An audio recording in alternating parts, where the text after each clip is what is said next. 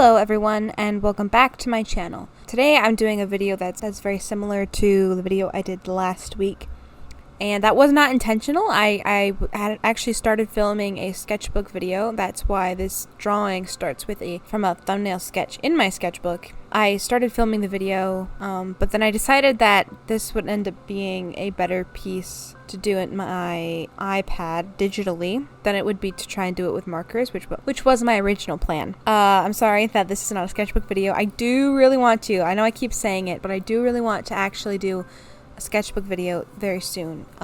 Things just have not been working out the way I planned on it. Today I want to talk about emotions and how they play a part in my drawings and how I want to more frequently include that emotional factor into my work. So for a long time, I was really good about putting emotions into my work. I did a lot of conceptual artwork. When I say conceptual, I mean like making an artwork with an intention for the way I want the viewer to feel or think, or some sort of concept that I want to explore. For example, I had a series of artwork that I did a few years ago called Saturn, and it was inspired by Sleeping at Last's song Saturn, which is a beautiful song, and if you've never heard it before, I highly recommend you go listen to it because it is amazing. I was really inspired by that song, and I had recently lost a friend, and so I just really wanted to capture that feeling of grief, but also like the feeling of letting go.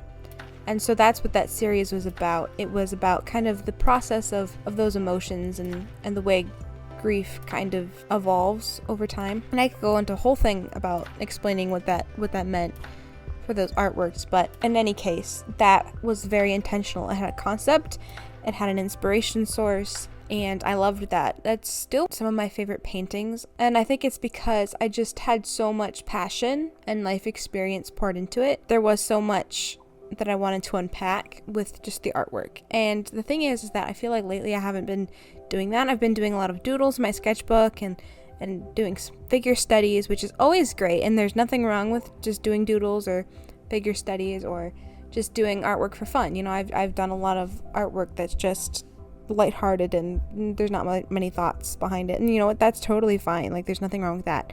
It's just for me, I love to look at artwork that has that kind of intentional emotional quality and concept behind it. And so I want to get back to incorporating that into more of my art. And that's not saying that like all of my artwork I want to like be super deep, because obviously as humans, not every thought we have is super deep all the time. But I do want to get back to exploring some more deeper concepts in my artwork. Yeah, this painting was kind of like, it's not really that deep. There's not really an emotion necessarily behind it. It's very ethereal and dreamy, which I love. I like to think that's kind of like one of the hallmarks of my like style and inspiration and kind of vibe aesthetic for my art. Yeah, this one doesn't have like a ton of emotion behind it. It's just, you know, a girl whose hair is the clouds in the sky, or she is the night sky.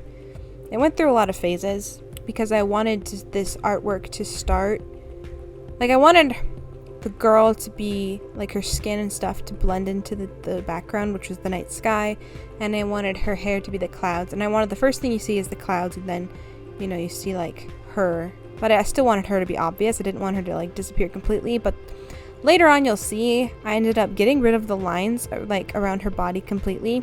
Well, I got rid of all of the lines actually, because the lines made her, like her face and stuff, stand out too much, and I just wanted like the suggestion of her. I felt like that would be more effective and kind of mysterious, so that's what I ended up going with. And I changed the hair color completely, like the clouds I changed from like a greenish color to pink, because that was how I had it in the thumbnail I did in my sketchbook, and I think the contrast with these colors just worked better and it didn't look as much like the ocean. But yeah, so this painting doesn't have like more conceptual than it is emotional, and I think that's fine. I think there's a place for both.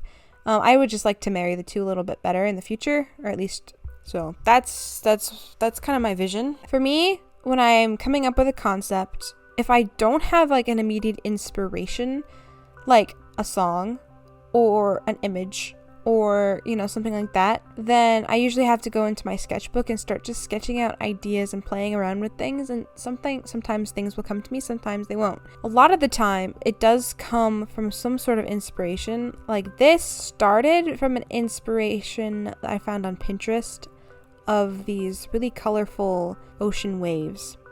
And I don't know if the photo probably was edited to look like more vibrant, but it was a really pretty photo. But as you can see, that's not at all what this ended up being.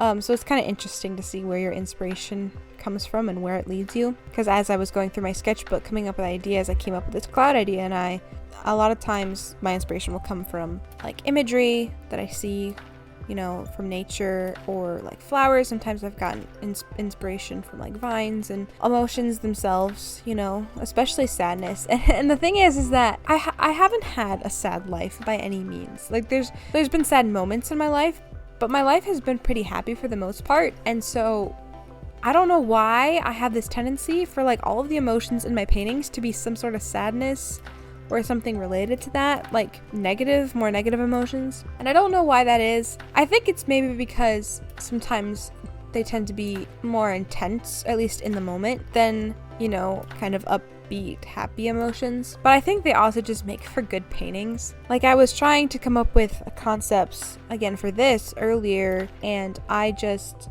kept coming up with ideas that involved tears and like being sad. But I'm like really happy right now. Like, life is really good. Like, it's going really well for me right now. It's like, well, I probably shouldn't only do sad emotions. But then also maybe part of it is the fact that when you are going through something really difficult or sad, you want to have that sense of somebody understands or somebody can relate to your feelings. And so I guess in the times I've felt sad, I've wanted to make art that other people can relate to. And so now, even though I'm happy, I still like want people to be able to relate to that kind of feeling, which makes sense. Can also relate to other emotions, you know. So I also want to experiment with different emotions other than sadness or wistfulness. I guess maybe if you're going to give this painting an emotion, you'd call it wistful. But yeah, I want to maybe try like anger or fear, happiness, obviously, because again, inspiration doesn't just come from emotions. I think it's usually a blend of like nature and like actual emotion, and like usually music. Music is a huge inspiration for me. So if I'm not listening to music a lot, then I probably won't be inspired as much to paint. That's kind of my goal, is to also start including more emotions. Another thing I want to talk about is the direction my paintings go and kind of the vibe and aesthetic. I've talked before about style and how, you know, I have a style in drawing that I really like, but I'd struggle incorporating it into like my digital artwork, and I think I'm starting to kind of figure it out, but we're still getting there. It's a process. And by the way, I just want to say thanks to all the people who left encouraging comments. That meant a lot to me, to know that I'm not the only one who struggles with this, and to just remind me to persevere and keep going, because it can be frustrating, but giving up's not going to solve the problem. So I'm going to keep going for you guys and for myself. So thank you. Yeah, so I've talked about like my style before, but I want to talk about my aesthetic, like the visual aesthetic I want to try to achieve in my artwork for a long time, pretty much ever since I started digital art, but even before then when I was just doing traditional. Again, I've been always drawn to this kind of sad kind of mood, emotional quality. So I think a lot of like my artwork has reflected that. I think also the kind of music I've always listened to has affected that, because I have always listened to, ever since even before middle school, a lot of Owl City. Owl City is my favorite musician. I think his music is super inspiring, and a lot of it's really dreamy and ethereal. And so the artwork I make is definitely reflected and very much inspired by it. But there's also been like certain songs of his that are maybe more melancholy, you know? I think melancholy is a good word. I like to make melancholy art. You know, not quite sad, but a little bit with that sense of loneliness or wistfulness, you know, a combination of that kind of thing. So melancholy, I think, is a good word to describe it. But yeah, he has like melancholy songs, you know, and so I've always found a lot of beauty in a way in things that would be usually considered dull or dreary. I think the whole aesthetic of like a cloudy day is really nice, and like thunderstorm. I mean, a lot of people like thunderstorms. That's not unique to me. But yeah, just kind of that like dark, moody kind of vibe I love. But I've also really always loved like really ethereal, dreamy things. And so I think my visual aesthetic, what I want it to be, is somewhere that like, again, marries the two of them. So here in this painting, you know, I have like, this is very ethereal. It's not very dark. Like, it doesn't have that dark kind of mood to it, but it is very ethereal.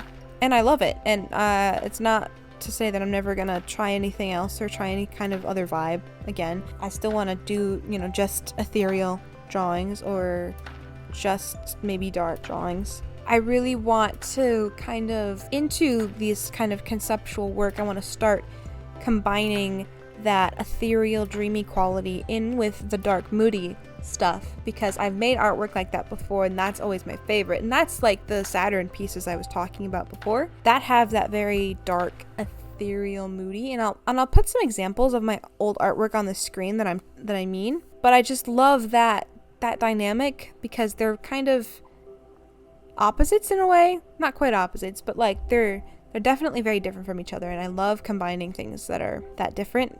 I just think it's really nice. It's kind of a juxtaposition, you know? They're kind of opposites of each other, and so I think if I can work out how to apply them with combining them together, I think I can create something that's really magical and unique, and that's what I'm going for. I want the melancholy, dreamy vibes, okay? Yeah, let me know what kind of aesthetic you want to go for in your artwork, because I would love to know. Yeah, this has been a pretty rambly video. I was gonna write a script for this voiceover, and then I was like, nah, I'll just wing it. And so, yeah, I'm sorry if this has been kind of all over the place. You're just gonna have to bear with me on that. But yeah, so I'm pretty happy with how this entire piece turned out. It definitely has that dreamy vibe. It is a little melancholy, mostly wistful.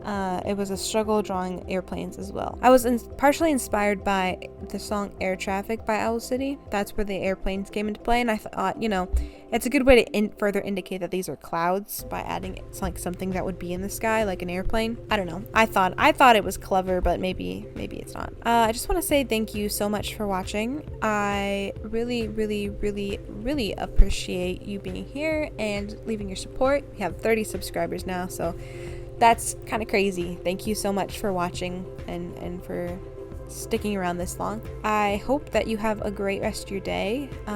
Please hit the like button if you enjoyed. Consider subscribing if you haven't, and if you want to see content like this, and hopefully more sketchbook content soon. But yeah, so thank you for being here on this journey, and let me know in the comments if you feel a similar way, if you have like a certain kind of vibe or aesthetic. I would love to know. I hope you have a great rest of your day, and I'll see you guys soon. Bye.